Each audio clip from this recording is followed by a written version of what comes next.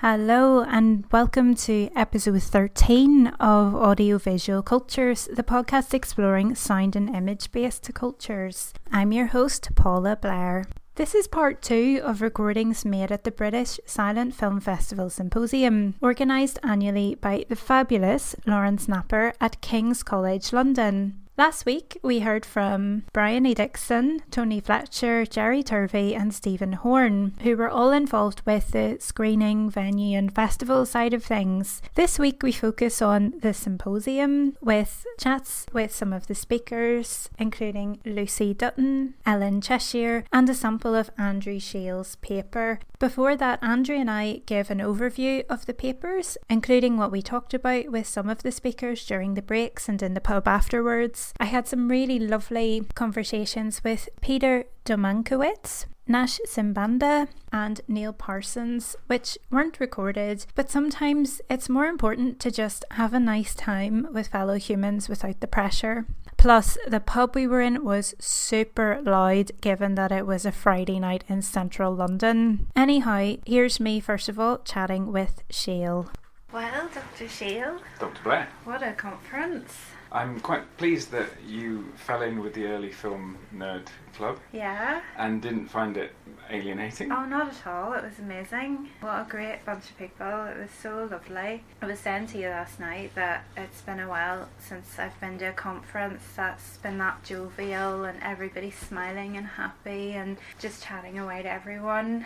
It's lovely, really lovely atmosphere. It's hardly a good report on academia that the conferences which are most collegiate and friendly are the ones which have the highest proportion of non-academics in them. Yeah. And it's not that the academics are really dry and fusty and unsociable and the non-academics are really nice. It's that sense of this isn't a strictly academic environment. That means that even the academics are producing papers which are full of jokes, there's banter, there's interest. I suppose one of the advantages of the subject is there are images galore, so your presentations can be quite visually rich.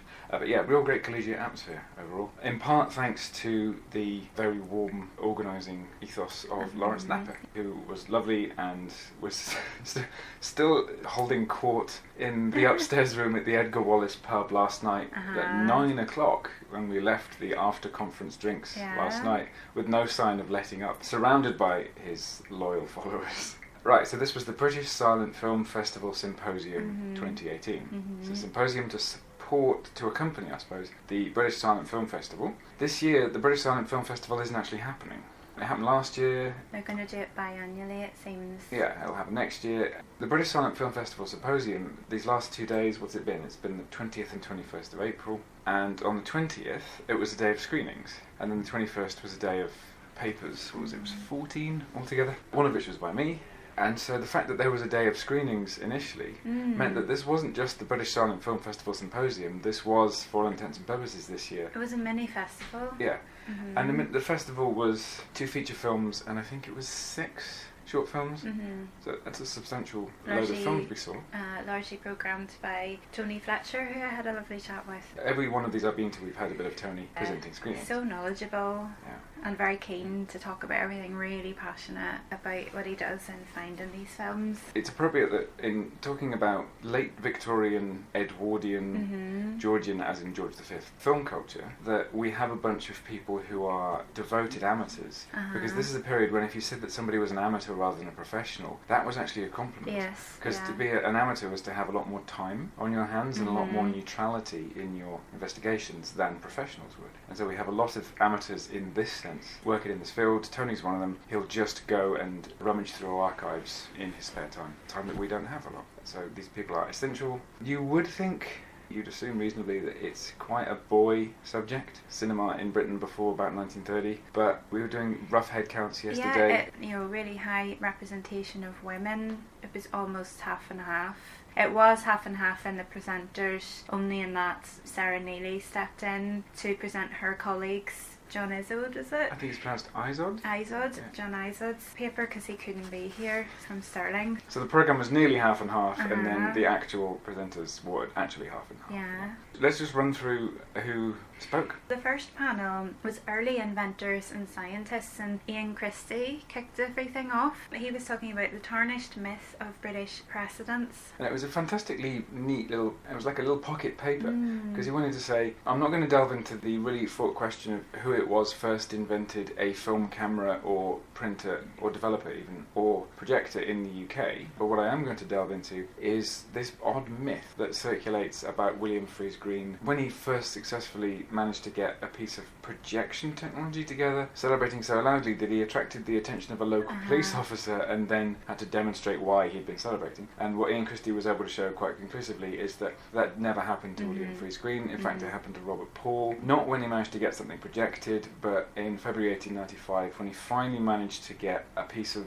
a film he'd made using a camera that he and Bert Akers had muddled together to try and produce a film that they could show in a kinetoscope which they had been making as an unapproved copy of the Edison kinetoscopes that were already widespread in the UK. They'd been widespread in the UK for I think about 3 or 4 months by that point. And that's what early cinema history is like. It's so what happened that next week kind of precision with timing, year by year, it's not precise enough. So he was able to conclusively show that film historiography, particularly early film historiography, where it's all a matter of national pride and which of these inventor figures you champion even within a single nation, has become an utter gorse bush of mistakes and myths and half-truths. And so he did some great clearing away of nonsense to recreate a scene in Robert Paul's Hatton Garden Scientific Instrument Workshop where they managed to punch sprocket holes into a strip of film that they had themselves made and show it in a kinetoscope rather than projecting it, because projection was about a year off at that.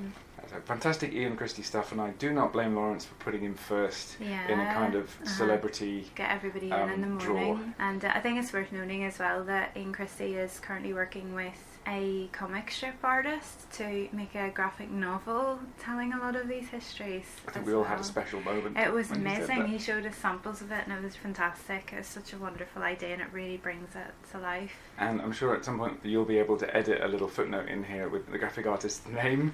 All I remember is that Ian said his first name was Seb. We'll find that out. Yeah, and we had a lovely chat with Ian last night in the pub. He said he's been dogged for quite a while by people asking him to write his memoirs, and he was telling me that he's stuck on the period that he spent in Belfast. He studied there at Queen's, and it's just revealing more and more and more stuff, and Belfast does indeed get under your skin. I'm really looking forward to that coming out eventually someday. It'd be amazing to read. It's so common in film studies to hear about these mythical books, and his book on Robert Paul has been a myth for a while, and now suddenly it's going to come out next year. Yeah, so the new myth is Ian's own memoirs. His paper set up the next paper really beautifully, because that was Peter de Mankiewicz talking about William Freeze Green and the art of collaboration. Again, we both had fantastic chats with Peter last night, and it would have been great to get a recording with him, but it didn't really work out. That was a loud pub. If it hadn't been, we would have got some Peter. Peter had done sterling detective work on the actual contribution of William Freeze Green to changes in photographic technologies that wobbled towards the invention of a film camera in the UK in the late 1880s and early 1890s.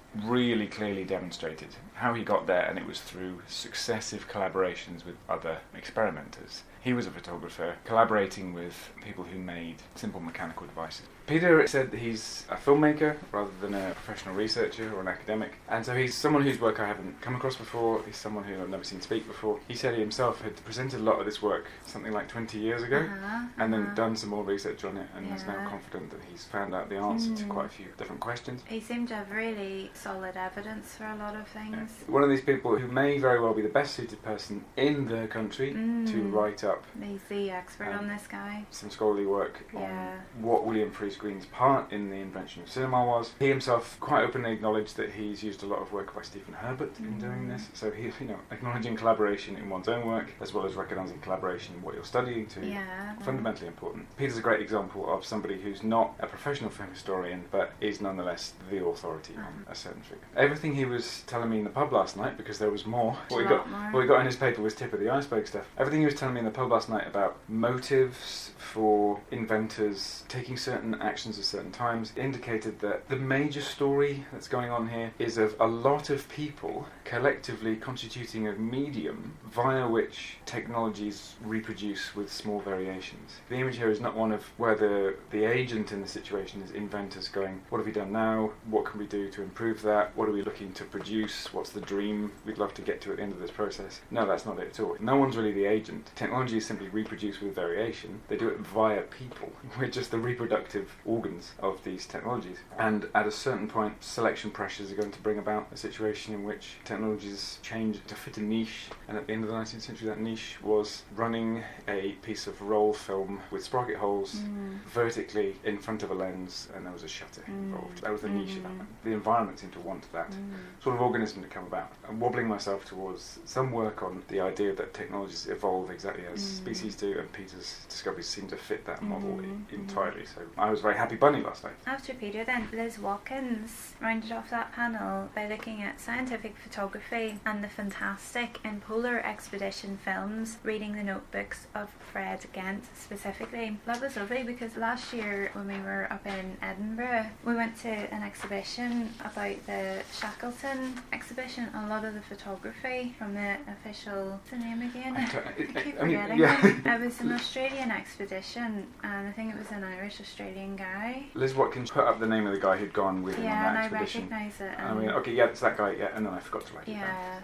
Yeah, so our memories are terrible, and as you'll hear in the rest of this podcast, I'm having real memory problems at the moment. I basically want to swap my brain with the lovely wee man Neville, who was at the conference. He was in his 80s, I think, and his brain is on fire. To be fair to us, though, we've got morning after conference brain, which is... Mine wasn't great during the conference either, to be fair, but that was really nice to learn a bit more about that. What was really intriguing was that this is a description of polar expeditions, and what we associate with that is white. So we go, oh, wouldn't that be great? If you can't do colour yet, what's the best thing to go and photograph? Well, it's something that's either black or white. Great, yeah. However, it's not like that at all, because she was quoting piece after piece after piece by Herbert Ponting, where he was remarking about the colour one observes when one is surrounded by ice crystals. So when there's ice crystals in the air, when you're in ice caves, for example, he was talking about the way in which light refracts when it's hitting such tiny ice crystals surrounding you, and he was talking about the images that you get when you put on your snow goggles to prevent snow blindness, and you can nearly look at the sun when you've got them on, and there are these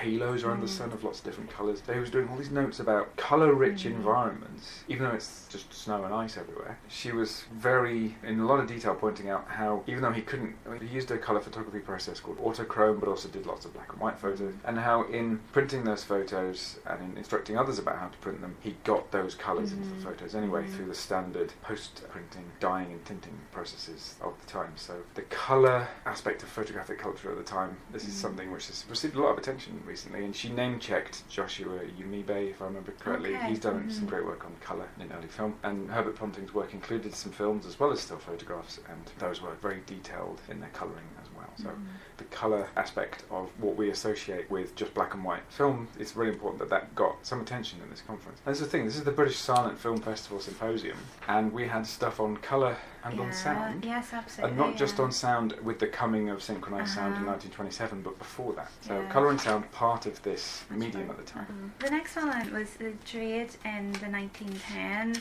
and you presented first on the UK film market 1907 to 1912, and I've recorded your paper, so I'm actually going to skip over you and use a sample of your actual paper a bit later on in the podcast. So Lucie Dutton then gave a really lovely paper titled From Glib Smooth-Tongued Travellers to Cabbages, Morris LV and British Distribution in the 1910s, and I've got a bit of a recording with Lucie talking about her paper, but do you have any reactions to that? I really enjoyed it. I didn't know anything about Morris LV, and it's so amazing to see somebody who's such a great fan of this director who's been largely forgotten and overlooked because of what we would regard as bigger named British directors like Hitchcock or Michael Powell or... Lucie, I'm sure at some point in her life, has given a paper not on Morris LV, but there's a lot to do, and every paper she gives is an acknowledgement of Morris LV as a case study of how people in the industry functioned in the industrial context of the time. So this wasn't just Morris LV's great, It was Maurice Elvey did this because of this aspect of his surroundings. And so a lot of it was about the process behind the filming and editing of Nelson, which was 1918, if I remember. I'm not Napoleon, as I blundered. One of those papers that was so enjoyable, I made very few notes on it, because I was just going, yep, that makes sense, oh, that explains that. But I did, one thing that was quite a big point in that paper was that Nelson was finished, in inverted commas, sold to a rental company. By this point in the late 10s, the principle was exclusive rental, where you'd sell the film to one rental company, and then that rental company would then rent it to just 1 or 2 cinemas in each district. And then it would slowly over the weeks spread out to more and more cinemas in that district. And so it was limiting how available the film was. It's the thing you do with prestige films. The film had been sold to a rental company, and then Elvey, who hadn't actually seen the finished version, returned from another job he was doing and went, oh right, we still need to work on that. And so even after it had been sold, the product was basically out of his hands. He went to the rental company and went, I want to improve that, and did. And Lucie was able to show us how he did. So consummate professionalism, that somebody, even though the product is out of their hands already, wants to go and improve it nonetheless. But it also showed that Elvey, like we can expect to find this in lots of cases, muddied those distinctions between personnel working in production companies and personnel working for the rental companies by basically doing both. And then Neil Parsons, who I had a really lovely chat with in the break before this panel, he was talking about American movie maker Harold Shaw as an agent of British influence, 1916 to 1920. He spoke actually quite a bit about a lot of what were very problematic films made in Africa. Yes. He's got a book coming out about that. So we talked about Harold Shaw, who initially worked as a film actor in the US, then directed films for the Edison Company and then briefly for the Imp Company in the early 1910s, then made the transatlantic leap and directed for the London Film Company in the middle of the 1910s, and that was when my notes stopped, because I just got kind of carried away by his paper, and it was intriguing. So it was actually mainly about what Harold Shaw did for the rest of the 1910s. So many of these papers were about films that we can never really hope to hear about in histories of the period, but which nonetheless really reveal stuff about the state of industry, the state of international politics, particularly with this, because it was about a film about land migrations in South Africa. But yeah, that's when my notes stopped. The afternoon sessions kicked off with a panel on wartime and afterwards, and that started with Chris Grosvenor, and he was talking about British cinema, the outbreak of war and the voluntary recruiting movement 1914 to 1916, and he highlighted quite a bit of propaganda. Yeah, this is an important distinction associated with the First World War, because, well, first, quick shout out to Chris, because he's a PhD student at Exeter where I did my PhD, and he's using the Bill Douglas Cinema Museum, which I did too for my PhD. Anyway, what he pointed out was that, and this is something which I think Nicholas Reeves observed in his book about propaganda film during the First World War, which is it's important to make a distinction between unofficial propaganda and official propaganda. We tend to think that if something is propaganda, it's produced by a government, and therefore the word official is unnecessary because the word official is in the definition of propaganda anyway. That particular definition of the word propaganda has come about only as a result of the First World War. Before the First World War, and for the first half, roughly, of the First World War, propaganda was not by definition official. It was not by definition that produced by a government. You could produce propaganda. Propaganda is simply that which attempts to propagate a position. You produce propaganda whoever you were. What Chris pointed out was that it was only very late in 1915 that the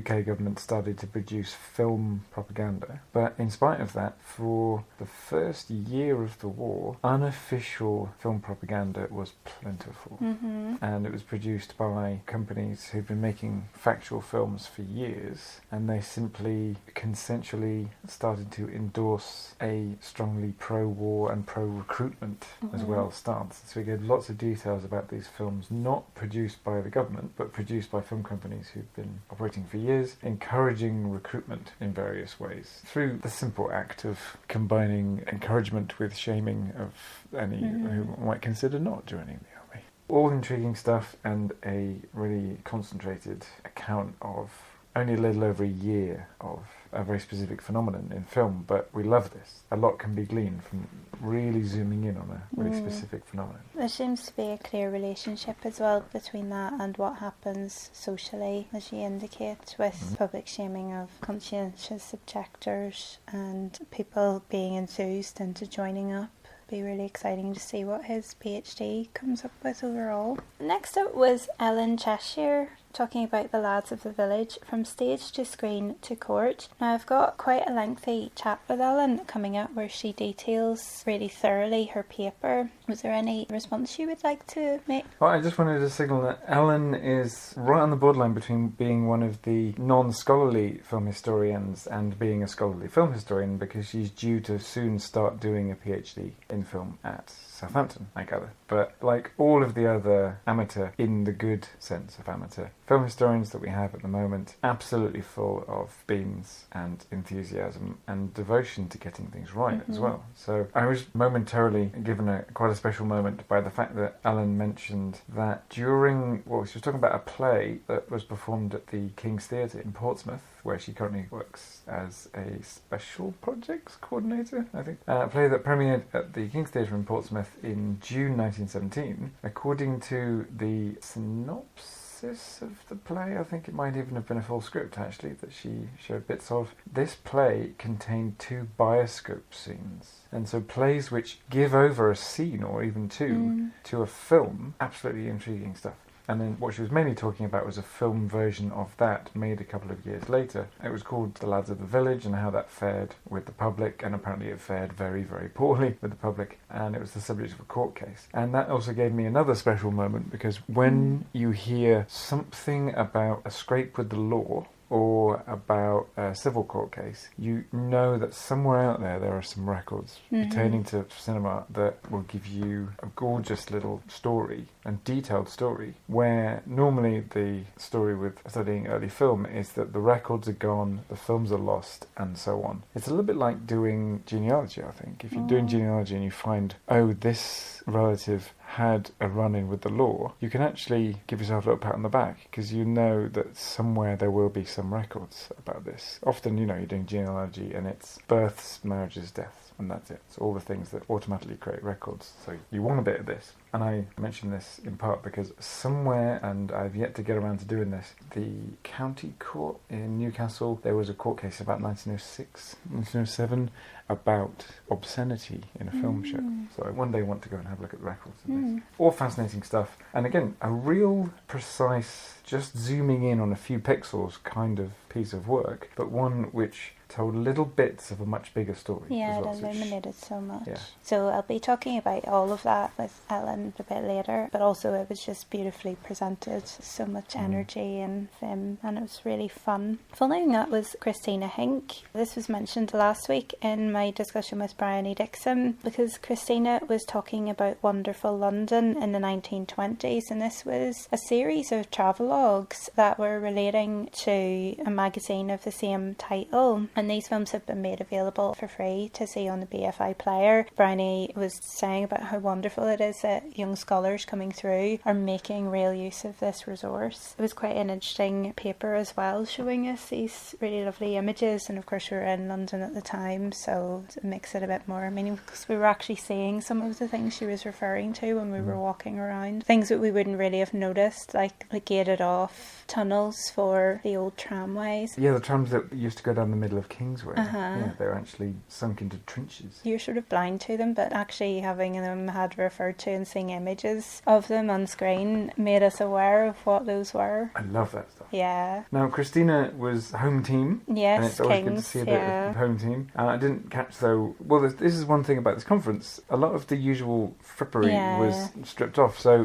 there weren't... There's no distinctions, there was no titles being used. No one was getting an intro and a bio. It doesn't really matter, does it? I don't know whether Christina was doing a PhD, had done a PhD, had been in post for a while. Who knows? But she was just at King's. In the grand scheme of things, this was a new type of non-fiction, I would say, series filmmaking rather than serial filmmaking, because there had been series non-fiction filmmaking around before and for a good 15 years by this point, but the Wonderful London series was specifically adapted from a magazine, and the magazine had a neat little cliffhanger principle that Christina told us about, where the last article in each issue of the magazine would cut off halfway through. Yes, that was fascinating. It continued in the next issue of the magazine. So it was You said the travelogues, and they would be a kind of a combination of showing you London for people who'd never been to even England, as well as corners of London for people who'd been to the city many times, corners they might not have come across before. So this was, I say it's a new form of non-fiction series. Filmmaking is that magazines are issued on a weekly or fortnightly or monthly basis. Presumably this one was weekly, and so bringing out non-fiction films which are supposed to come out regularly to be a part of the film programme before the main feature was a way of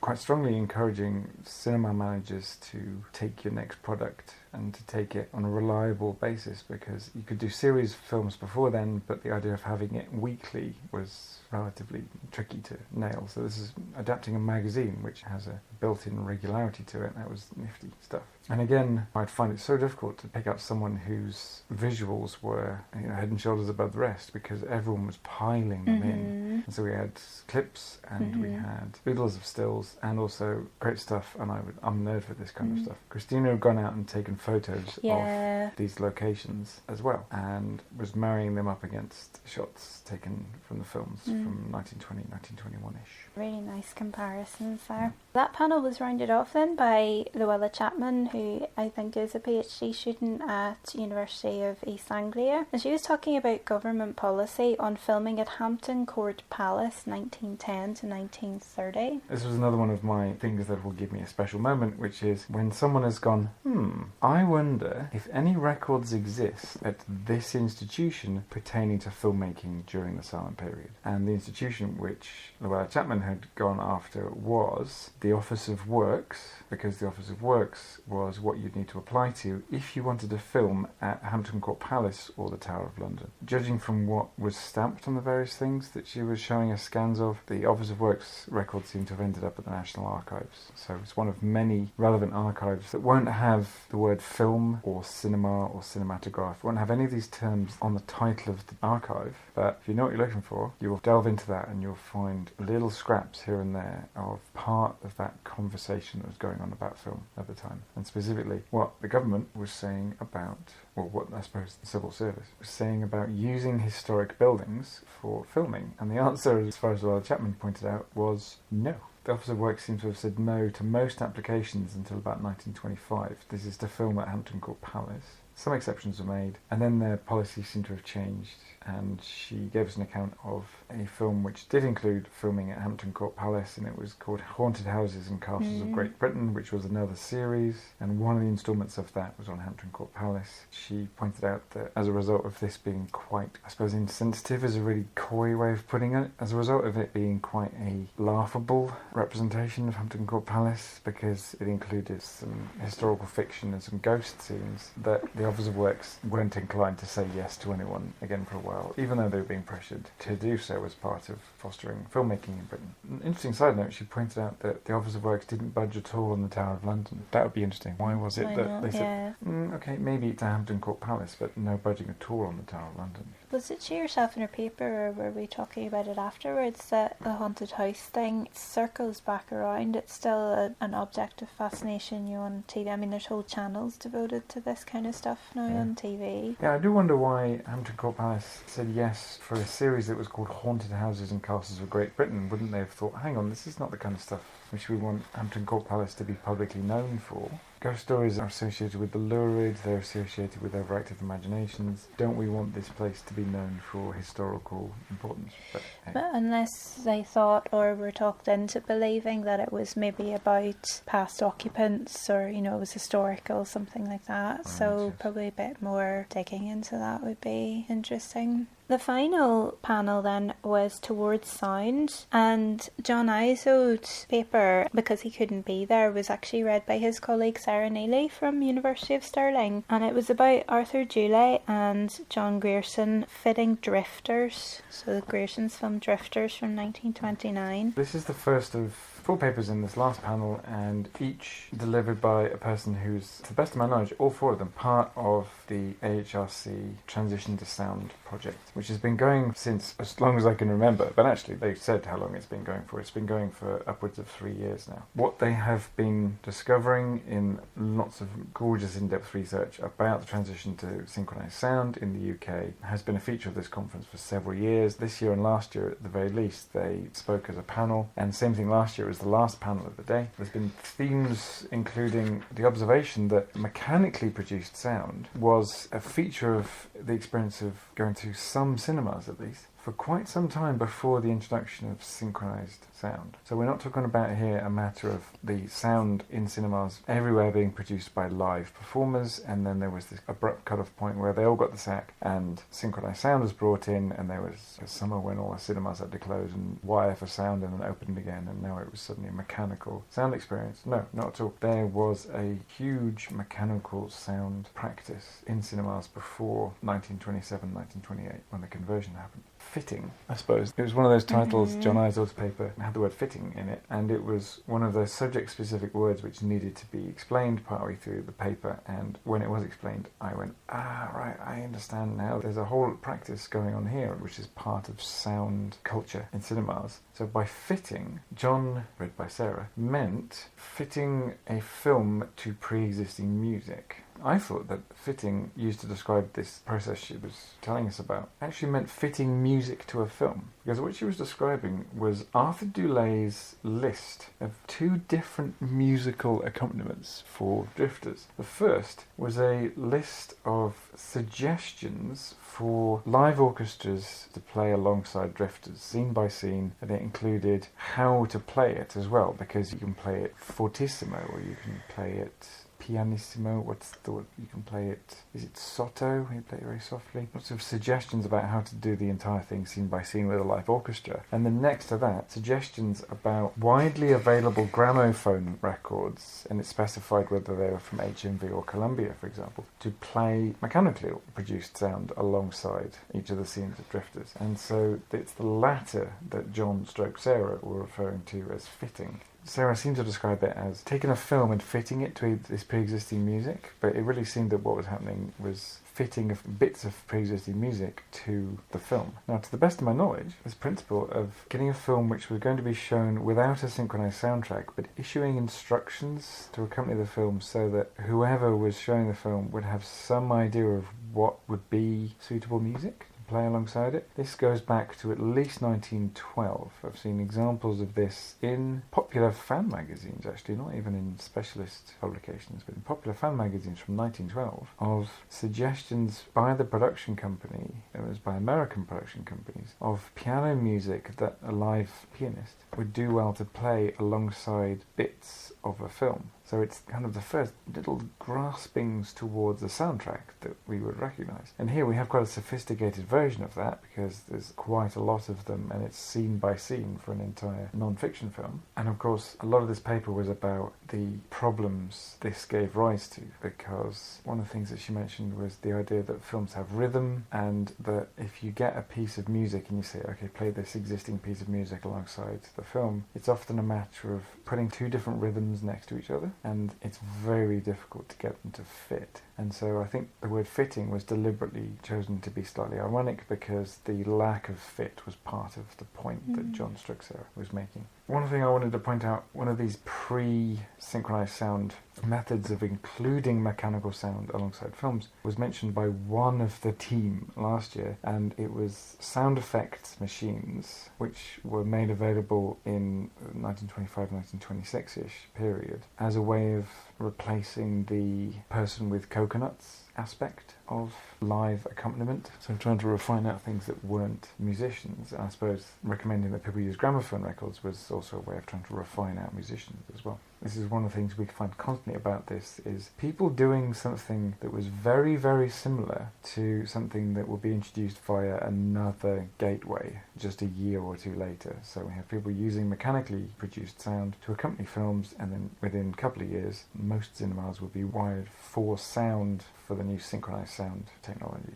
really fascinating picture. I suppose much of what I have just said also applies to the next paper, which was Jeff Brown giving a really entertaining account, well, an answer to the question, did Britain really invent film sound? Jeff has the closest I think anyone in the conference gets to a perfect radio voice. It's got such quality to it. Yeah. That's how many notes I have for Jeff Brown's Did Britain Really Invent Film Sound? It was intriguing stuff, but I just kind of sat into it like a warm bath and therefore didn't make any notes. It was exceedingly hot at this point in the auditorium. I think we were all just trying to get to the finish line at this point. After Jeff was Nash Sibanda, who had just submitted his PhD thesis. In spite of the fact that we were melting, we still gave him a round of applause that didn't sound at all patronising. Oh, it was that kind of crowd where it was like, I did a thing. Oh, everybody erupts, because that's awesome. And it is awesome. It's a very difficult thing to do, is handing in a PhD. Nash gave a really lovely paper that was a kind of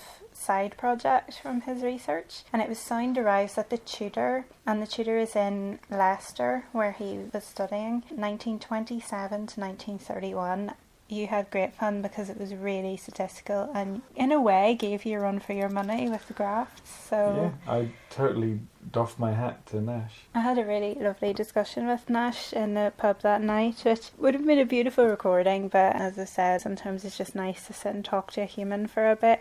He was finding out some really fascinating figures because he was going through a lot of ledgers from this cinema and deciphering quite difficult handwritten notes and botched administration and stuff, because of course 90 years ago the people having to write these things weren't considering the people doing research on them in nearly 100 years time, because why would they? Some really fascinating figures about how much films were costing to hire and to show, and how much income they were generating and over what periods of time and stuff were emerging. And there was a really cool moment where, because we don't really think about these things, we just know the big names from the silent era and we probably make assumptions based on who's survived in cultural parlance. One of his spreadsheets showed that there was a really popular film, I can't quite remember what it was, but then a close second was Charlie Chaplin's The Circus. It made almost as much in 3 days as the top film had made in 6, but underneath that, a film starring Sidney Chaplin made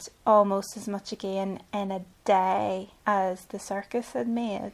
Even the privilege of the surname, referring to Chaplin, we assume Charlie Chaplin, but what about Sidney and what about Geraldine? Sidney Chaplin was a popular actor, a popular successful actor at the same time as his brother, but yet we don't really hold him in, he doesn't have the cultural currency of his younger brother. Even just things like that emerging from this bigger set of data was really interesting. Nash was so modest about this, but if I had come across, all credit to him, he did acknowledge that he hadn't come across them, he'd been told about them by somebody else, but if I had come within sight of business ledgers for a cinema detailing their business every day for about a 7-year period, I would have been shouting about the amazingness of my find to any audience. He was so nonchalant about it. The ability to work out exact ticket sales, and all, according to the scans that he showed us, all quite diligently filled in these ledgers. Exact ticket sales per day for the main feature,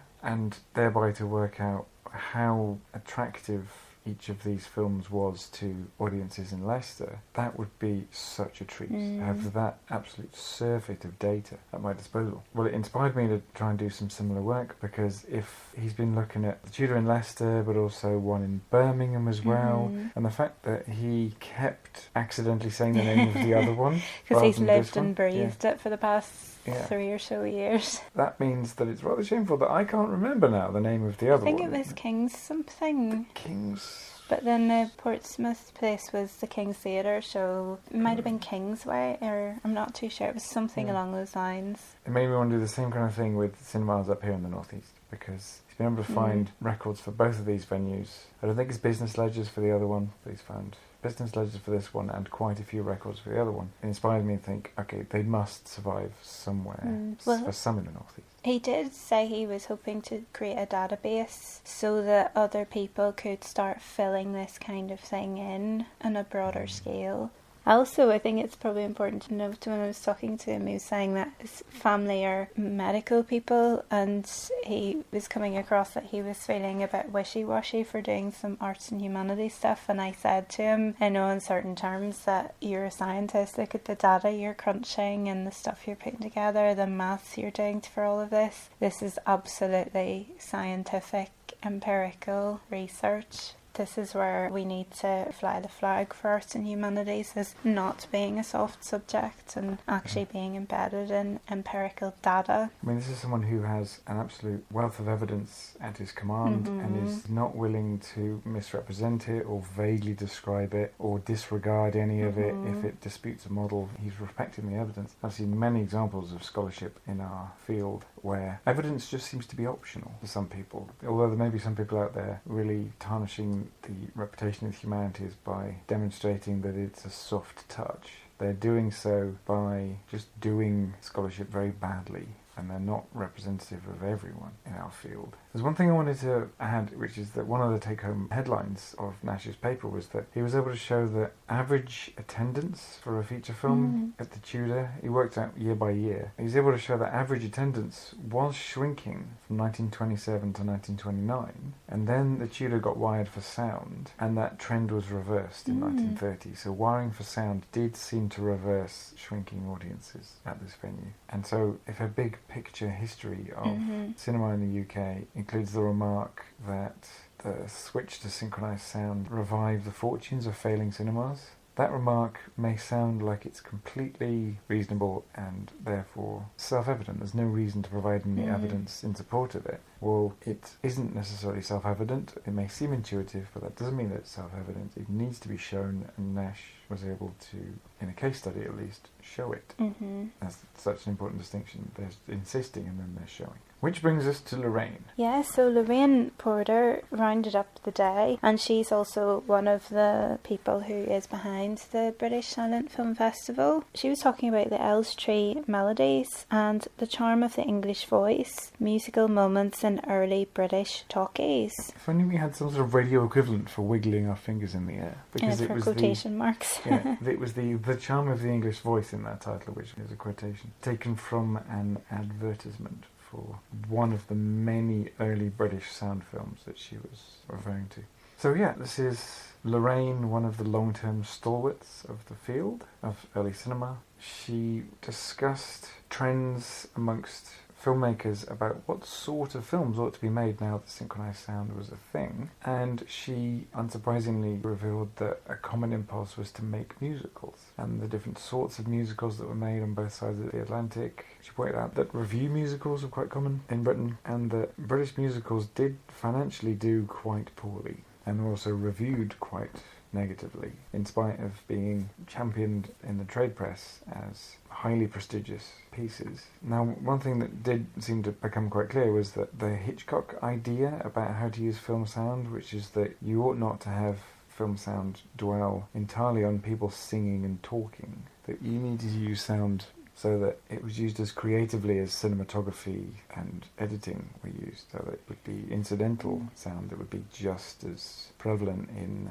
a sound picture as speech was. She mentioned that, and a lot of the films that she showed and the fact that they fared very poorly economically seemed to confirm that people were relatively bored with singing and dancing.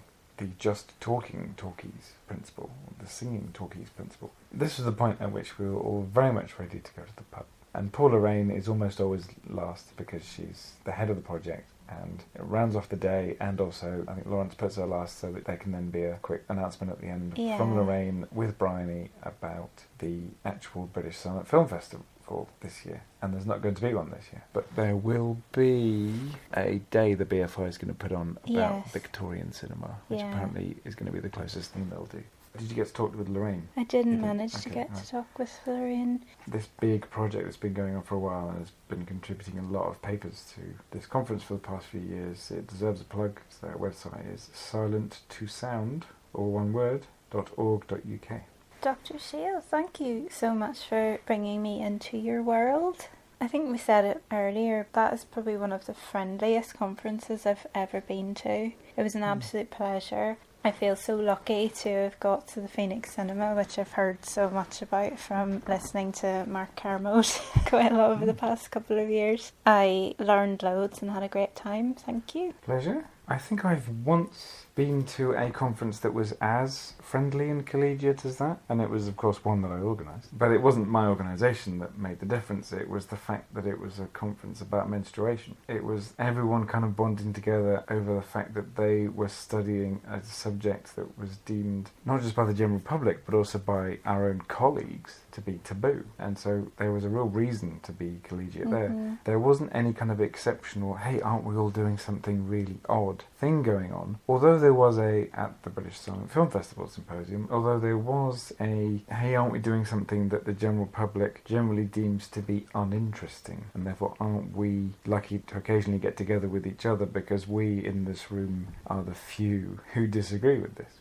That was one of the things that made it friendly. I suppose another thing that made it friendly is there's no particular ranking going on. There are professors in the room, there are people who've been studying this for 50 years, there are people who haven't even started PhDs yet, there are people who do it as a hobby. They're all in the room and there's no particular batting around of rank. The unifying force is the sheer love of all of this. Although I ought to qualify that for some of us it's the love of cinema and for some of us it's the love of studying something. And as long as no one presses too hard at that distinction, all will remain fine. It was nice for me as well because in my newfound capacity as a freelance researcher and writer and now podcaster, it was very different because the previous conference I'd been to was a really great conference, but I did feel like I was defending myself to some delegates, at calling myself freelance because but that indicates that you're for hire. Well, I am because I have no money and that I had left academia. Oh, don't give up on it. Well, it nearly killed me, so yeah, I think I have a right to give up on it. It was nice to say I am a freelance researcher and I do this podcast and would you like to be on my podcast? And people going, oh really? Oh gosh, yes please. And trusting me with their voice. That's a really lovely thing. I hope as well I've done everybody justice, and I think we'll go on now to hearing some of those chats I've had with some more people. I think the listeners have very much earned voices other than yours and mine for a little bit. Next I chat with Lucie Dutton about her work bringing director Maurice Elvey to the fore, and during this chat I had significant memory blips, so my profuse apologies again to Lucie as well as Nelson and Shapi Korsandi. So I'm really pleased to be talking to Lucie Dutton, who's just given a paper at the British Silent Film Festival Symposium here at King's. Lucie, would you mind just giving us a bit of background about yourself and what you presented on and your broader research? Well, I've just submitted my PhD thesis about the early career of British film director Maurice Elvey, and the paper that I gave this morning drew on some of that thesis and a bit more of my wider research about the way that he worked with distribution companies in the 1910s to create commercial features that he knew would get shown on cinema screens. What is the draw to Elvey then for you? Because this is a director I have not heard of and I don't think it's very well known. Well, he was Britain's most prolific director, and he had a really, really long career. So he started filmmaking in 1913 and didn't retire till 1957. From 1906 he worked in the theatre. But I found him because I have an interest, a sort of side interest, not a sort of professional or academic interest, in women's popular fiction from before 1920. And there's a writer called Ethel M. Dell who wrote a lot of books, novels, primarily aimed at women. And I wanted to know if anybody had made films of them, and I was looking them up, and the person who'd made a lot of films of them was this Maurice Elvey, who again I either didn't know very much about, and when I tried to find out more I would be told that he was either the worst director who ever made any films or he was worthy of further study. And I saw a film of his from 1927 called Hindle Ways, which is just brilliant, and I thought, well, he can't can't have been. If he made that, he can't have been the worst director who ever lived. And so that's how I found him. And my PhD focuses on his career before 1919. Okay. Because his career was so long. Yes. It'd be impossible to do the whole thing. Yeah, that's a whole other project. Right it there. is. That's your postdoctoral stuff sorted for yes. life. Yeah. Today you were speaking quite a lot about Napoleon. Nelson. Oh, sorry. I've got Napoleon in my head from something else. Yeah. Oh, sorry, about Nelson. Apologies. Yeah. But Napoleon does appear in the film, so. That was a whole other paper. Yes. Yeah, so Nelson. Yeah. And some really amazing stories. So it came up in your paper. It's not just about the film, but in doing archival research, the really fantastic things that come up. Was it Mr. Ash who ran the... It was, yes. There was a cinema proprietor in Bexhill in the southeast of England who liked to show British films whenever he could, and one of the films that he was particularly keen on was this Nelson film that Elvie made in 1918, and he ran a competition for local school children to write essays about it. And so those are some really, really rare examples of seeing what people thought of a film after it was shown. And I actually found this out after I'd submitted my thesis, which is really frustrating. But I have been able to use that research for other projects because Nelson, there's so much to it, because it was re-edited, there was a really troubled production history, there's a huge amount in that film about sort of naval, what we think of the Navy and all of that. So it does always feel like you could explore Nelson forever. Yeah. It was interesting what you were saying about exploring the masculinity around depictions of Nelson as well. I don't know if it is relevant or not, but a load of months ago I went to see a comedy show, Yappy Corsandi. Oh yes, yes. And she did one about Emma Hamilton. Yeah. That was really fascinating. Yes. You know, like a kind of comedy version of a historical lecture that was comedy, you know, and it was based around her and her nursing of Nelson and something that just came to mind. Yeah, you were in your paper.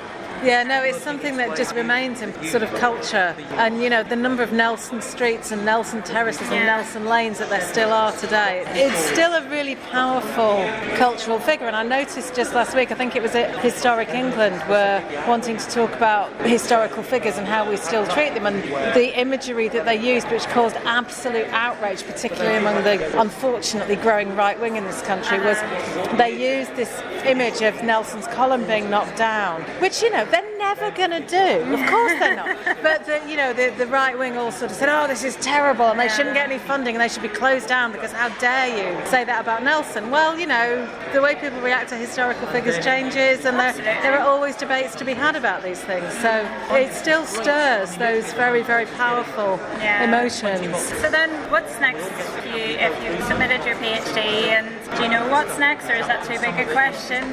Essentially, I mean, I'll carry on working on Elvie, because there's another 40 years of his career that need further exploration. So I was at the BFI at the beginning of the week introducing one of the films that he made in 1938 about the First World War, which makes me want to look at the way he represented the First World War, both during the war and afterwards, because it was something with which he had a very ambivalent relationship, because he was a great pacifist.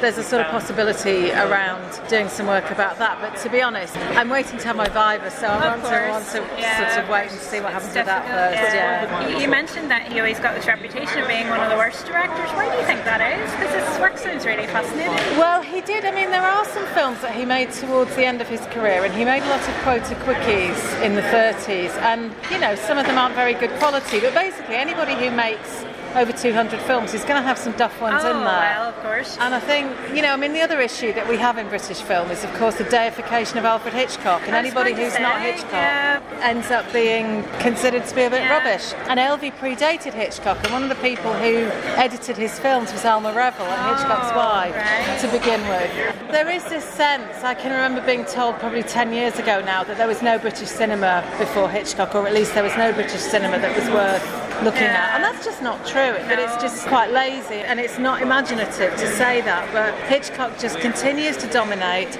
and continues to get most of the funding for things like restoration. Of course, and I feel very strongly about this, obviously. Well, that's fair enough. That's part of what I'm trying to do with this as well, is trying to highlight those lesser known things, the underprivileged, the understudied things. So that's really fantastic work, and really very good luck with your PhD. Thank you. And thank you for doing this as well. Thank you. I also forgot to ask Lucie to tell us where we can find more of her work. She tweets about all things Elvie and more as @Miss Elvie on Twitter, and that's spelled MISSELVEY. She tweets lots of really lovely things about Maurice Elvie, among other things as well. Ellen Cheshire next expands on her paper on the lads of the village. As we were mentioning earlier, it's quite an intriguing case from stage to screen to court. And she also talks about her work at the King's Theatre in Portsmouth. So my name's Ellen Cheshire, and I have what I think they call now a portfolio career. So every day is a different hat, different job, different bag. Broadly, I spend half the week writing and lecturing about film with a particular interest in silent cinema. So I've written books on Charlie Chaplin, filmmaking studios down in Shoreham on the south coast. I've just recently written something on Sunrise. And the other half of the week, I do arts and heritage marketing and fundraising, including the King's Theatre in Portsmouth. And so today I was able to combine both of those jobs in one paper, which was great. I could wear both hats on this very hot day. Today at the British Silent Film Festival Symposium, I talked about the lads of the village, from stage, hence the theatre, to screen, hence the film, to court. Dun, dun, dun. So, wearing my King's Theatre hat, last year I worked with our in-house archivists and our community education department to come up with a project to pitch to the Heritage Lottery Fund World War I pots of money. And so we came up with a project about looking at how the theatre played an important role in the First World War. Portsmouth is a busy naval city, so there was a lot of people waiting to go out, coming back, being wounded in hospital. So it was a really very important city during the First World War. So we pitched that and we got some funding, which was great. And they also put us in touch with an AHRC project that was looking at the theatre at war, during the war, particularly trying to track down all these forgotten plays. So when you think of First World War I plays, you kind of think of the ones that were written afterwards, like Journey's End, that were looking back and are on the whole quite bleak.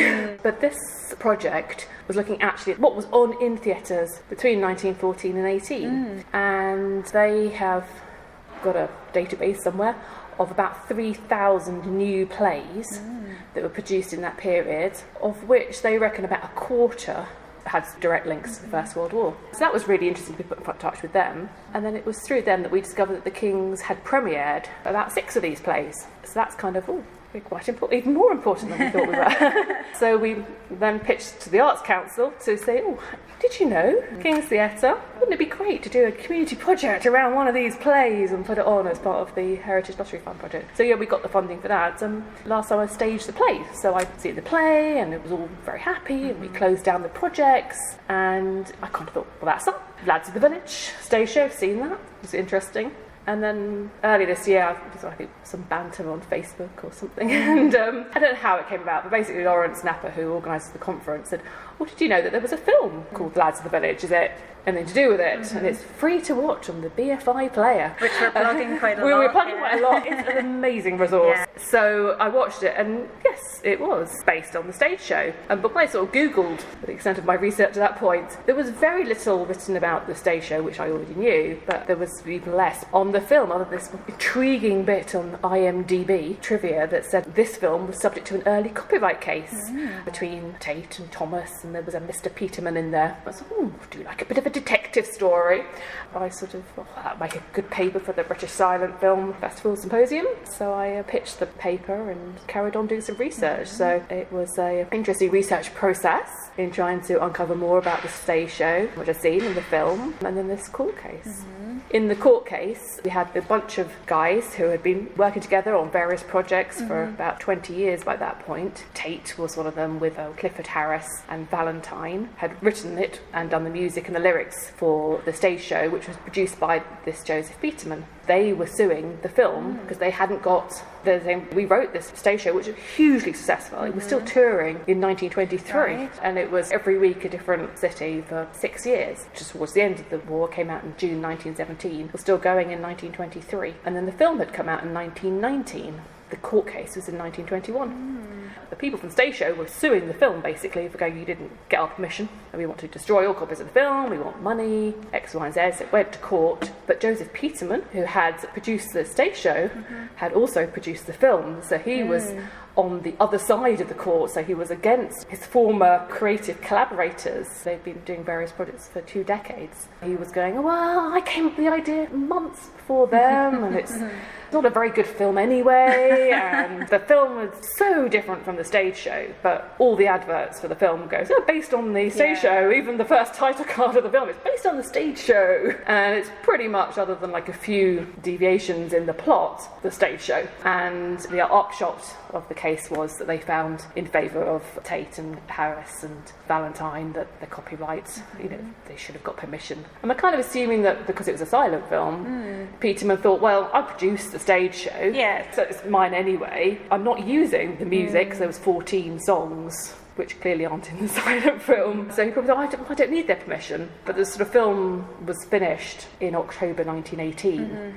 I just don't think it really got released properly. There's a few adverts almost a year later, but there seems to be very little out there on the film, and yet it turns up on the BFI player. So luckily, not all copies were destroyed, because obviously the very ephemeral nature of theatre, we have no performance. They weren't NT Live then, so we have the script, but we don't actually see the performance. Can't seem to find any photographs of it. They produced the sheet music for 6 of the songs, which I've found 2 of them, so that's interesting, but the main knowledge we have of the show is the film. So it seems like it's a really important example that's an early case in copyright law, even so it's part of a much bigger narrative in itself. Yes, I mean, I think there had been some cases earlier, and I think it was really kind of at a time when they were sort of trying to find their feet really about what is this new medium of film, really? One of the most famous cases from the silent film period is the German film Nosferatu, directed by F.W. Murnau, which is an unauthorised copy, a version of Bram Stoker's Dracula.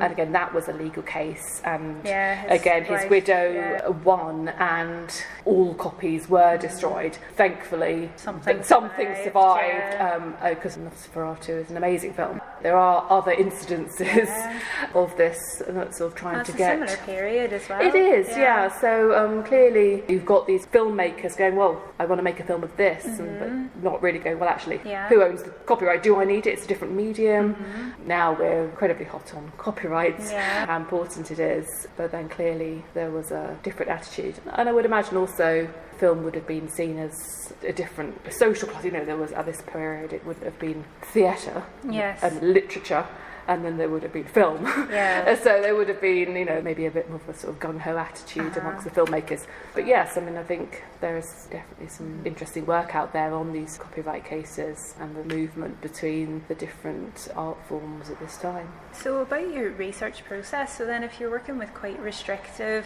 archival materials from the theatre itself, what then was your journey finding this out? No, actually, this was quite an interesting research process, and in my first draft of my paper, I had a lot more actually about the research process, because it was quite an unusual journey to go on, and I thought would be interesting. Here they are, but not in 20 minutes. The King's Theatre in Portsmouth has its own archive, which details, built in 1907, the theatre, but we've got archives going before that, because it was part of a much bigger group of theatres in Portsmouth. So we've got details of minute books about, we'd like to build a new theatre, and share certificates and all that sort of thing. And then a whole lot of stuff about the actual physical building, which is a grade 2 star listed theatre designed by Frank Matcham. So it's, in terms of theatre architecture, it's one of the best of this this architects in the country. So we've got all that, but then we've also got archive material on theatre programmes. We've got filing cabinets for theatre programmes, and then just like really odd things like bar takings and national insurance certificates from like all different periods. The particular interest of our volunteer archivist is what went on stage. I can't believe that they did it. They have basically tracked down and done a database of every single show that was on at the theatre since 1907, kind of week by week. And then when we started having afternoon matinees of films in the 1920s, they're in there too. So we can have a look at, like a year by year, and see week by week what was on. So we knew The Lads of the Village was on in June 1917, and we knew who was in it, and we knew whether we would have the theatre programme or not, whether they had found a review of it or not on the stage archives. So that's their database, a kind of Bible of these archivists, lovely archivists. But the wider context of Lads of the Village we didn't know about until we put in for this World War I project, and then they paired us up with this other project. And I think this is what's great about research now. I mean, I did this other project a couple of years ago in Worthing and Shoreham, looking at film studios in Shoreham, and, the Shoreham local history people went, but it's been done. The history's been done. There's nothing new to find. Okay. Well, I'll prove you wrong, and went off. So I think in terms of what's out there, more things are getting digitised, more archives are being opened up, conferences like this, the papers are out there. So there's just more information now. The fact that something is a long time ago, you kind of think, well, there is nothing new to find. It is a matter of going through and having someone be interested enough to look for this obscure film. So we had that. The Theatre at War project had found the script in the British Library. So they would go, oh, it's in the British Library. So from there, I could see the script, and I could see the sequences in the stage show that had film sequences, where they would have dropped in local recruitment films, and then a sequence of embarkation at Portsmouth Harbour was in the script, and you could see the Lord Chamberlain's letter. So that was in the British Library. So I had the physical script. I was then trying to find more about the response to the stage show. I got most of that material from the British newspaper archives. From there, by just doing a search of it, you could get a sense that it was still on in 1923, because there were still adverts and reviews of it. And so I kind of went through and found a few choice reviews for the paper for what I was talking about today. That was fairly easy, but it was already out there through the British newspaper archives. The same wasn't the same for the film. So I went to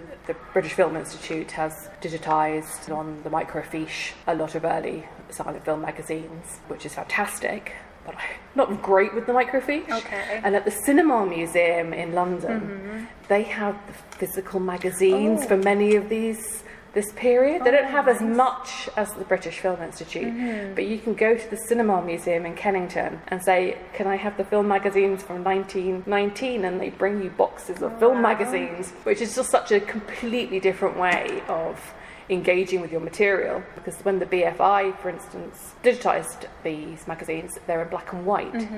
Whereas in the actual flesh, you get to see an amazing colour double-page spread, and you go, oh, well, that's obviously clearly they were investing money in that, because they took out a double-page colour advert. And even there's like two-tone colours and full colours and beautiful tinting, and you get completely, I mean, just be prepared if you go there to lose a whole day getting sidetracked on everything else. Particularly this period, they're just gorgeous artwork, but so many films that you've just never heard of, because so much of it's forgotten. So I went there and started looking. I didn't find very much on the film there, but that's okay, because I've eliminated a lot.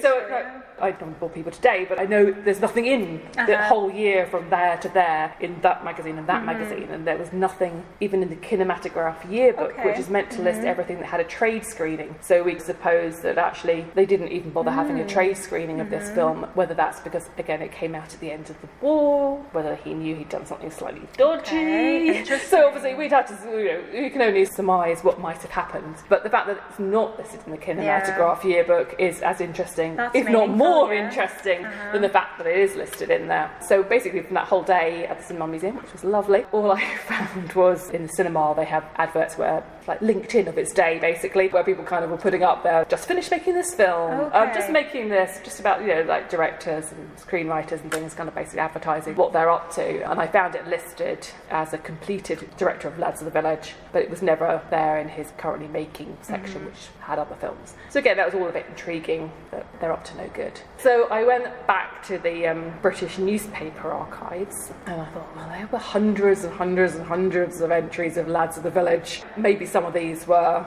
linked to the film a bit more. Lads of the Village plus this word, just narrowing it down the period, and I eventually found through that process 3 adverts. The announcement in the trade that it finished, it was in October 1918, and then I found 3 adverts from November 19 to January 1920, all of which made reference to the film being based on the stage show. And then I also then found 3 newspaper cuttings linked to the court case that started my whole journey in the first place. So through those, I then got a sense of who said what in the trial. But as with popular news today, there's a lot of stuff when something starts. but none of those told you what the end result was. And I couldn't find anything, like a few months later or anything.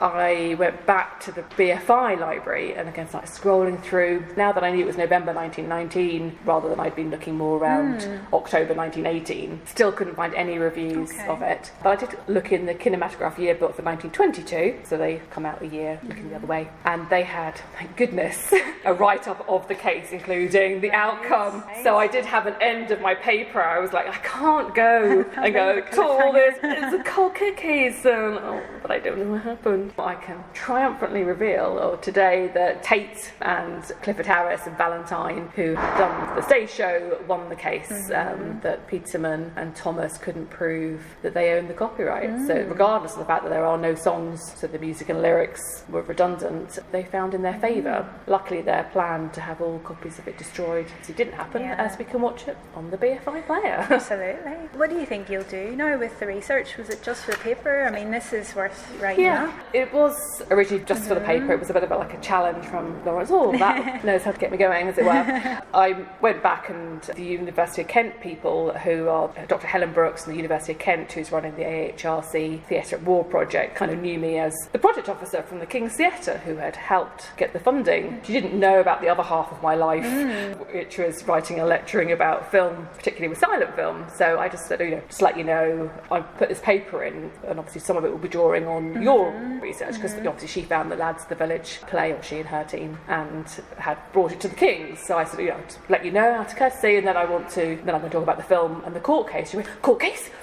So she hadn't, because they've got 3,000 plays to deal with, and so they've asked if I can write it up as a blog for the Theatre of War. So when someone's generally Googling about it in the future, hopefully not only will they find the IMDb trivia, but they should be able to find potentially this blog on the Theatre at War project, so that it is out there, because as we demonstrate, this information is out there in some form. It just takes someone to go, I just want to find about this one film out of the thousands of films and stage shows and books. Hopefully you will find something. And then, today, I put up and here's my slide of the reviews I found. And it's like an empty slide. But then I just sort of, bumped into someone. I think I'm sure I've seen something somewhere. At least I've got a reference of one. So someone else might have found one, or someone else might be flicking through a different magazine in the Cinema Museum or the BFI and go, oh, Lads of the Village. Ellen was talking about it.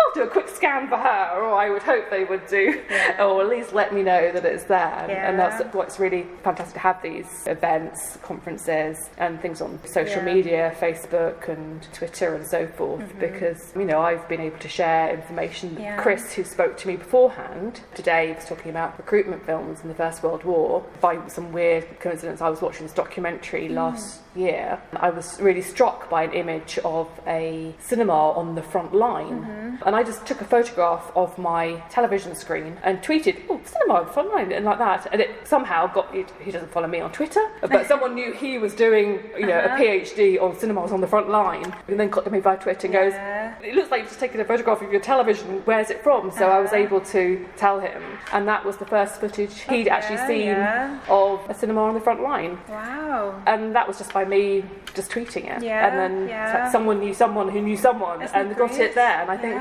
that all helps with this kind of research and how exciting. So, when people go, social media is a waste of time, well, they're following the wrong people. And again, it's you chat to people on Twitter, and then it's like meeting them in person when you come to events like this, and it's like, and yesterday when we first met, I'm sure it happened again this morning, it's like, oh, I've got this for you, and I was like handing something over to them, and someone's handing this, and there's a real community, and I think that's, obviously within silent film, and British silent film is even kind of a bit more niche within silent film, and you see faces from place to place, and it's a real community of people, and as it's social media, I think has really helped with that. And I tweeted something, and then people can find more about what we're talking about at events like this. Just while we're on that, then, do you want to plug any social media stuff for yourself? Or well, you can find me at Cheshire. Someone had my full name. Tweeted 3 times, never tweeted again, so don't start following her. So it's Cheshire. And if you want to follow the King's Theatre, that's at King's Theatre. Would you like to say anything about what's happening at the King's Theatre at the moment? Yes, we have a year-round programme of touring shows, but we do have a thriving community education teaching programme. Great. So we do lots of projects with schools, and we've just got funding to do a 6-month pilot of people living with dementia. So that's Great, really exciting, great. which includes film screenings, ticketing, coming to see shows and drama performance. So that's the kind of stuff we do. We're also putting together a really exciting project with our archives. We're doing 2 looking at the sort of interwar period. Theatre at Peace. We've done Theatre at War, we're now doing Theatre at Peace. So come and find us down at King's Theatre. Me personally, I have 2 books coming out in the next month or so. Not silent film per se. I've got a book coming out called In the Scene, Jane Campion. Oh, brilliant. Looking at the films of Jane Campion. So my other area of interest is women directors, representation of women. So delighted to have been able to write a book about Jane Campion, although I haven't dwelt in detail in the book because it's more of a kind of overview of her career film by film. She interestingly uses quite a lot of silent film techniques in some of her films. So if you watch In the Cut, there's a sort of fantasy dream sequence that the main character has that is a sepia-toned, slightly jerky silent film that gets more nightmarish at different stages in the film. That's a paper somewhere, obviously not here, so I can't claim that as British. And then I've also contributed as part of a writing team of 4 for the new A-level film textbook. Oh, wonderful, yeah. Coming out, Great. which is the new syllabus for the WJEC, came out last September, and so this book is coming out next, in May, to tied in with that. So I've written various sections in that, including half the silent film chapter where I've written about the FW9 Sunrise. So it's lovely that silent film is on the syllabus. Yeah. Jenny Stewart, who is also a specialist in silent film, she's done the Buster Keaton, and she's also written The White Strike. But there's more than silent film in the A-level film syllabus. If anyone's worried that it's only silent film now. I also got to write about other things like Trainspotting and Shaun of the Dead and Taxi Tehran, so a whole range of films. Brilliant. Well, thank you so much, Ellen. That's been so nice talking to you. Thank you very much. I hope everything goes well. That's it, Paul. Yes, let's do that. Many thanks to both Lucie and Ellen. I'll now play you some of Andrew's paper, which was full of graphs, but hopefully the gist of his discoveries on film issuing from 1907 to 1912 still comes across. Let's start at the beginning. So simply the number of production companies issuing films in the UK. So in our first quarter of 1907, it's just 7. By the last quarter of 1912, it's 78. So a more than tenfold increase there. These 10 companies, if we look at the second quarter, and I'm doing my data by quarters rather than by months, because that would have been too much work, and rather than by years, because that's not precise enough. Look at the second quarter of 1907 there. There are 10 companies issuing films in the UK. Those companies are from the UK, so that includes Robert Hall's company, and it includes the Urban Company and Hepworth, of course, and from France and the US, and that's it. Before the end of 1907, Italy and Denmark start to feature on this list. Denmark, of course, represented by Nordisk. By the time we get to the last quarter of 1912, those 78 production companies, they're from the UK, France, Italy, the US, Denmark, the Netherlands, Germany, Spain, Sweden and Japan. So it seems to be an expanding market as well as an increasingly international film market too. Let's look at just how many films and also the total length in feet of these films that these companies were issuing. Now it kind of looks here like the film industry only appears in the first month of 1907. That is 37 films, and in that first quarter of 1907 that is just over 16,000 feet footage. But of course by the end of 1912 we're looking at 1,605 films released in that quarter, and total negative footage 1,351,690 feet. Footage issued to the UK film market in that quarter. So again, we're looking at something like a tenfold increase. Also, if you look at the October to December quarter for each of these months, you can see a small increase happening in the last quarter of each year. This is a film industry which is still just a little bit seasonal, still doing just a little bit more work in the last quarter of each year. If I want to break this down by nationality, I have not been able to distinguish between the UK and French films for every single film coming out of either a UK or a French company. And this is because at this point, the Gaumont company, when it says Gaumont in these lists, it either means the French company or it means the now independent UK initial subsidiary of that company. So some of these films are from the UK, some are French, and Urban makes this deal with the Eclipse company in France, so it just features this Urban Eclipse. Some are UK, some are French. I've been able to work out which is which in some instances, but not in all. So this blue line here is number of films issued by the UK and France combined. I'm feeling rather European at the moment. So So, UK and France combined, you can see that they are clearly the leaders and remain the leaders for quite some time. The blue line, this orange line, is the United States. And the story here is January to March quarter of 1912, amount of films issued in that quarter by the US company starts to exceed that issued by UK and France combined.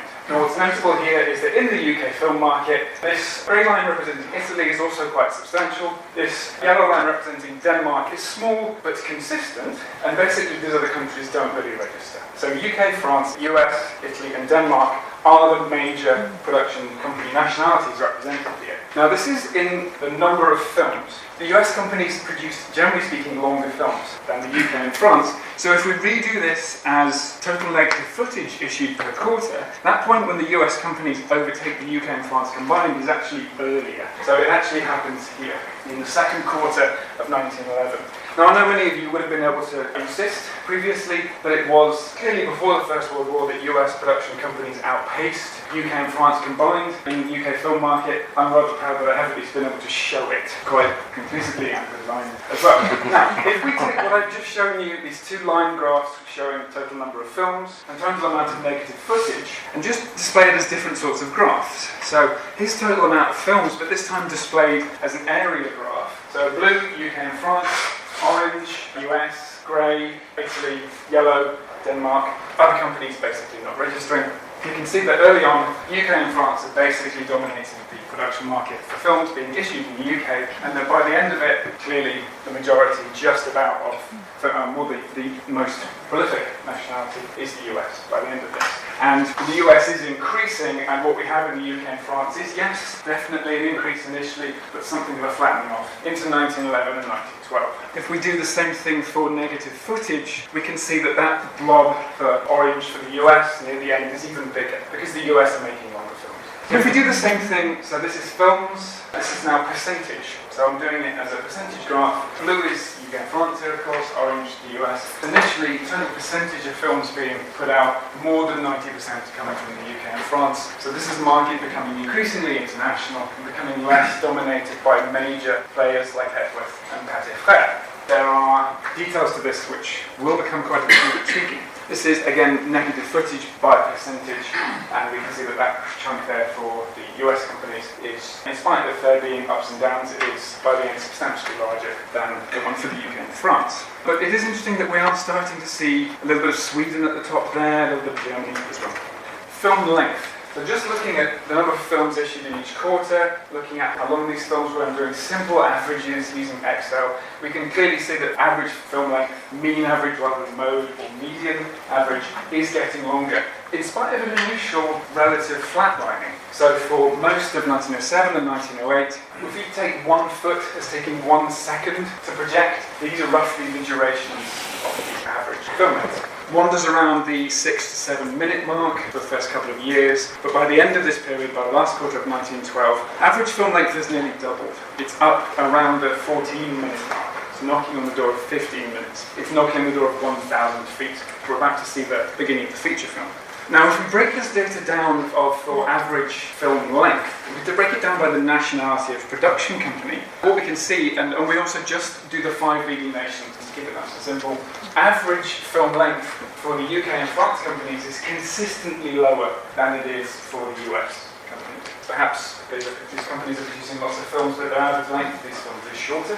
But look what happens in Denmark. If you wanted to ask questions about, before 1912 at least, who is pushing at that 1,000-foot limit, that one reel limit, pushing into multi-reel production, it's Nordisk. Because Nordisk is basically the only company represented by this yellow line. It's small numbers of films for sure, and you get erratic changes in your lines with small numbers of films, but Nordisk is pushing well beyond the 1,000-foot limit by 1911. Something really fascinating happens during this period. I've been talking about the number of films being issued to the UK film market, and deliberately using this term issued rather than released, because there's no such thing as a release date system before the last few months of 1909. We associate releasing with just making available to the public. It's kind of a synonym for publishing, but releasing includes making your films available to the people who are going to show them with the proviso that they will not be shown before a certain date. They might get those films a day or two beforehand, but they cannot be shown before the release date. The release date system was borrowed from the US for sure, but it is introduced in the UK film market by European companies. So So the very first film that has a release date on it, according to Cinematograph and Latin Weekly, issued in November 1909, is issued by the Cines Film Company, which is Italian. Then the next month we have 10 films, so 5.1% of the films. So black line here is a percentage of films with a release date. And of course, with 0% before this point, 100% of films don't have a release date. We start to get a glimmer of this in the last few months of 1909. We then get Walter Tyler, which is handling films as selling agents for Isola, Eclair and Williamson. In December 1909, also going, yes, we're going to do this too. We're going to give films specific release dates. And then Pathé Frères jumps on this as well. And it seems to be Pathé Frères that makes the difference, because then instantly after that, Pathé is consistently giving films a release date, and it's just 2 months before effectively this is now the way that films are put on the market. Before that, when the film appears in these magazines, basically it's available from that point onwards. Now here we have the industry realising that what everyone is doing is updating their output on a basically weekly basis. That storehouse, that expanding catalogue model of filmmaking is gone. Now we have filmmakers who are making films available about 4 weeks ahead of when their release date will occur, by setting these release dates indicating just how frequently it expects the hiring companies to be able to replace everything that they're hiring out to cinemas. Okay, now, genre is such a minefield at this point. There is genre information before the beginning of 1910, basically unreliable. I've been trying to avoid guessing. Cinematograph and Latin Weekly lists comedies and comics. What's the difference? So what we have to do is just make this distinction between actuality films, so topicals, travels, industrials, educationals, sporting films and so on. So actuality films, which are here in blue, and fiction films. And this is a graph which it reminds me of graphs of the expansion of urban populations in the UK during the late 19th century. Because when we start off, yes, already fiction films are in the majority, but nonetheless, factory filmmaking is a significant corner still of filmmaking output, and there is a growth in that, very gradual growth across this period, but it's accompanied by a really significant growth in fiction filmmaking. That's what happens with rural population during the 19th century, urban population during the 19th century. And this happens here across just a few quarters, across just 3 years. This turn to fiction filmmaking has already occurred, but by the time we get to 1912, it's the principal and overwhelming business of film production companies. We do the same thing by negative footage. The fiction films are even longer, and so this little corner, which is actuality filmmaking, gets compressed even further. And of course this increase is represented, in part at least, by the US companies. I must dwell on Pathé just a moment, because that's the second 2 quarters of 1907, so that's April to September 1907, total number of films, and Pathé's putting out 98 films during that period. The majority, a little bit more than the combined UK and French Gaumont, really substantially more than companies like Williamson, Cripps and Sharp, Lubin, for example. So Pathé is an industry leader at this point. If we present the same information not by number of films, but by total negative footage, it's got an even larger slice of the pie at this point. Pathé, a really big part of the story, in the middle of 1907. In fact, if we simplify this, get rid of all of these different companies and just state it by nationality. So if we just have Pathé, all of the other European companies, all the US companies, and sorry I don't know because we must admit that, Pathé's basically got a quarter market share at this point. This is a world leader. There's one company, this is just everyone else. Okay? And Europe, of course, is a large player on this total market. This is what happens if we skip forward 5 years. By terms of negative footage, Pathé's market share has halved by this point. The European companies, still quite a substantial proportion, but of course the change in the story by this point is the US companies are now putting out substantially more films and substantially more negative footage as well, having broken that 1 million mark across that feet mark across that 6-month period. So this is the point when Pathé's dominance of the world film market and the UK film market diminishes. Now, US film industry.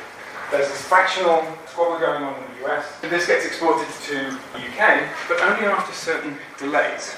This is the point when the US film industry organises itself. So this is the point when the Association of Editor Licensees gets organised, ending years of patent litigation, and that's when the NPPC gets organised. So we can see that these oligopolistic business practices in the US are associated with an increased ability to export their films to the UK. And of course, when the MPPC gets organised, non-MPPC companies, not independent companies, they start to become active in the US here, but they take a long time to get together sufficiently to start exporting to the UK. It was only by the middle of 1910 that this two-faction combat war in the US starts to get exported to the UK. So that's number of films. If we do the same thing by negative footage, it actually takes even longer because these non-MPPC companies, the ones that would ultimately become Universal, for example, they start off by releasing shorter films. So that yellow stuff takes a while to appear. But nonetheless, by the end of 1912, if we show it not as a stacked area graph, but as line graphs, is the amount of footage being issued by these new independent, inverted commas, film companies. It's now increasing faster than the older film companies' output is increasing. Project that forward a few years, that yellow line would have overtaken the orange line. I wish I could, but I would die. Too much data. Many thanks to everyone at the British Silent Film Festival Symposium. It was wonderful to spend time in your company and learn from you. If any listeners wish to find out more, go to BritishSilentFilmFestival.com and you can look up British Silent Film Festival Symposium on the King's College London website, or indeed you can go to silentlondon.co.uk, which is a website dedicated to silent film based in London, and they usually advertise the festival and the symposium as well there. There was also a hashtag on Twitter, BSFFS18, if you want to search that and see more of the goings on at the time. If you can support the podcast and the development of the Audiovisual Cultures website and online resources more generally, pledges of any amount to patreon.com/PEA Blair are very much gratefully received. Money goes towards sustaining and improving the podcast. Thanks so much and catch you again soon.